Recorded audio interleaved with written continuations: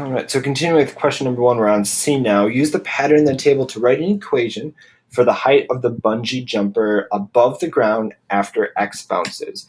So remember, X is our bounce number, and Y is our height above the ground. So in order to do this, our equation is going to be Y equals my initial value. So what is the initial height of that bridge?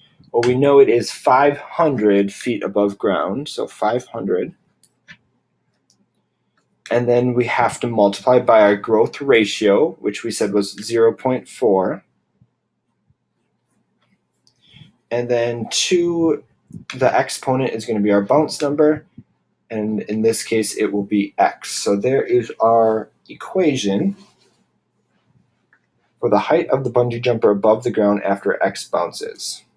So is this pattern an example of exponential growth or exponential decay?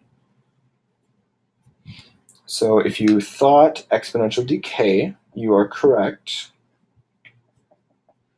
And why is it exponential decay? Well, it's going to be exponential decay because we are decreasing. So the height is decreasing. So it's going down, it's decaying. And the other way we know that it is going to be exponential decay is our growth rate is less than 1. So, and the growth rate is less than 1. Both of those things tell us it's going to be decay. Is less than 1. Perfect. So we know it's exponential decay because the height is decreasing and the growth rate is less than 1. All right, question E. Use the equation to determine the height of the bungee jumper after 5 bounces. So we're going to use the equation from C. So Y equals 500 times my growth ratio of 0.4.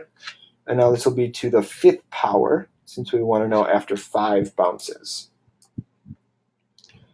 All right, so first of all, the first thing we're going to do is we're going to do the exponent first.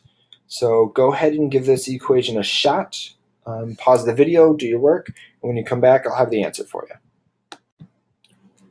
All right, so after my work, first of all, I do exponents first with order of operations. So 0.4 to the 5th power is going to give me 0.01024. I multiply that by 500, and I get an answer of 5.12 feet.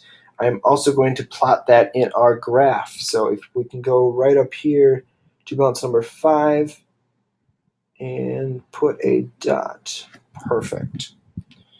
All right, so use your equation to determine the height of the bungee jumper after 10 bounces.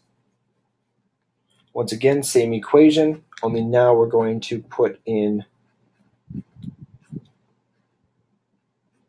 we're going to put in 10 as our exponent instead of the 5 or instead of the x in the original equation.